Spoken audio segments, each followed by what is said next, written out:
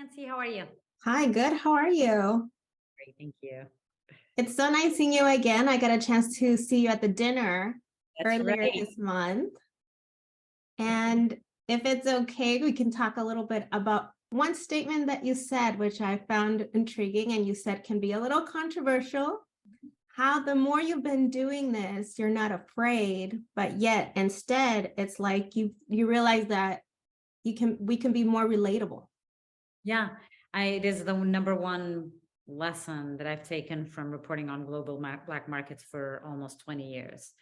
It's this idea that, no matter how far into the edges of our society we travel, that we can still find people that are relatable and redeemable.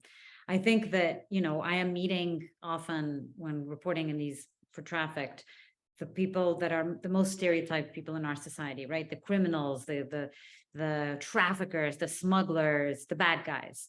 And the fact that I can sit across from them and I can still find humanity, and there are still ways that we can connect on a very human level. And that at the end of the day, more often than not, they are, mothers and fathers, they are neighbors, they are people with dreams and aspirations and goals, much like our own. I think that is a really powerful discovery, or a powerful statement, and a powerful way of look at these dark markets. I think not everyone, but the vast majority of the people that I've met that operate in these black markets, again, not everyone, but the vast majority of them do so because of a lack of opportunity and because of the inequality that exists in the world. I don't think anyone is born wanting to be a criminal.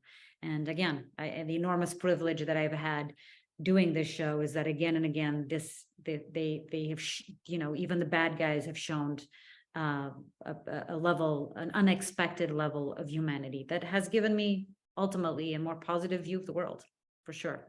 Congratulations, because yesterday was the premiere. Thank you so much. And you opened up with didn't watch it because I was reporting, I was filming an underground something. I can't tell you what until 2 a.m. So I actually didn't watch my own premiere. That means you're already working on the following season? Yes, we're working on season 4. Yes, we've shot almost half the episodes already for season 4. Well, I feel so privileged. Last I spoke to you, you were on the 5th episode of this season. Oh, no, of season 4. No, when I last spoke to you. Yeah.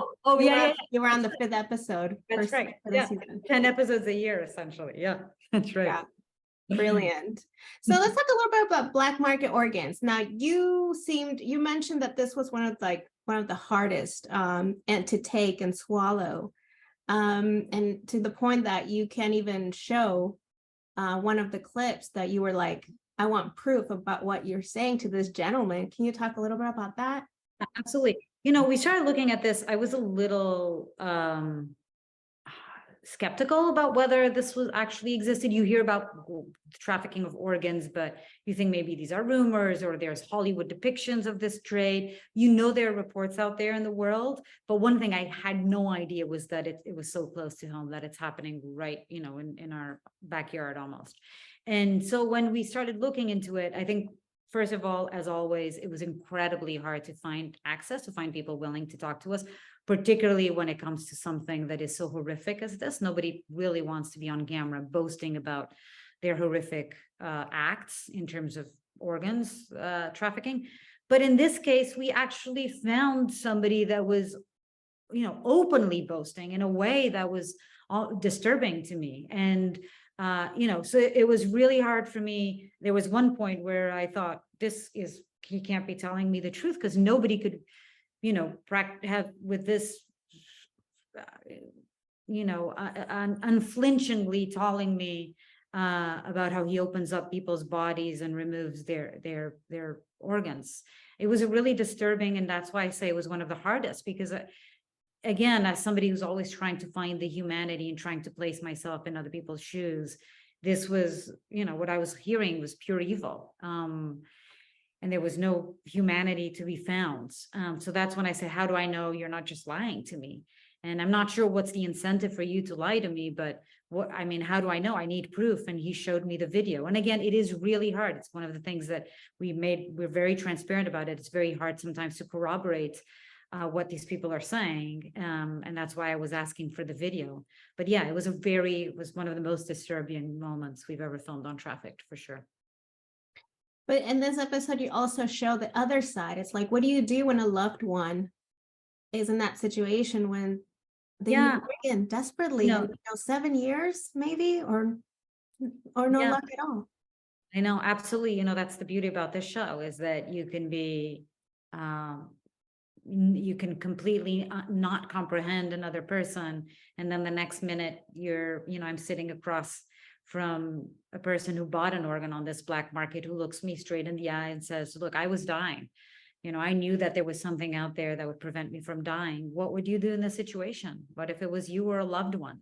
And even for somebody who's, again, like myself, constantly trying to place myself in other people's shoes and seeing the world with empathy, that was a moment. I was like, yeah, you're right. You're absolutely right. It's such a great conversation starter for all of us. The show is. We would just, yeah, we are born with a certain amount of possibility of opportunities, and we have an environment around us that provide us these opportunities. And what would we do? What are we doing with the opportunities we're given? And what would we do if we were not given these opportunities, like so many of these people that operate in these black markets? So you opened up this season with a bang with this topic. What else are we supposed to be expecting? Well, the next episode I'm really excited about is LSD. It's about psychedelic drugs, particularly LSD. They are all around us. It seems like more and more people are taking LSD for, they're benefiting a lot of people with PTSD and all sorts of trauma and mental health issues. And so it's incredibly beneficial for a lot of people. And we went on a crazy journey to try to find one of a handful of chemists that make LSD in the entire world. So it was incredible. And then we have an amazing episode coming up on ghost guns, which is also very relevant. We're finding these untraceable and licensed guns more and more all around the United States in crime scenes. And then we traveled all the way to the war in Ukraine and to see how it's become a center for surrogacy, and had the incredible opportunity of being there with an American couple as they held their baby for the first time and basically took it to safety away from Ukraine. It was one of the most emotional moments for me ever on Trafficked. You did share that during the dinner, a clip of that episode, and it is very teary. Sorry, I'm losing my voice. Yeah. So to wrap up, I know you're always up to something, but I'm curious to know, what is the title for today in your life right now? I asked you this last time because you're always up to something. You're always working on something. So what's today's title? Today, what I'm working on today? Mm-hmm. So good. So I was up until 2 a.m. last night filming this other underground operation that's coming out in season 4. And therefore missed my own premiere. And I'm packing today because tomorrow I'm going to do I'm going to shoot elsewhere in the country for another episode. So it's we're deep in production right now of season 4, and we have a batch of incredible stories coming for next season as well. But don't miss this season. We're not. Thank you so much, Mariana, for your time. I mean, like I told you that dinner, I was like, men have balls, you have the ovaries. I love it. Oh yeah, that's right. I love that. The ovaries. Yeah, we should stop calling it balls. It's ovaries. I agree. Thank you so much again, and good luck. Nancy, thank you so much. You're welcome. Bye-bye.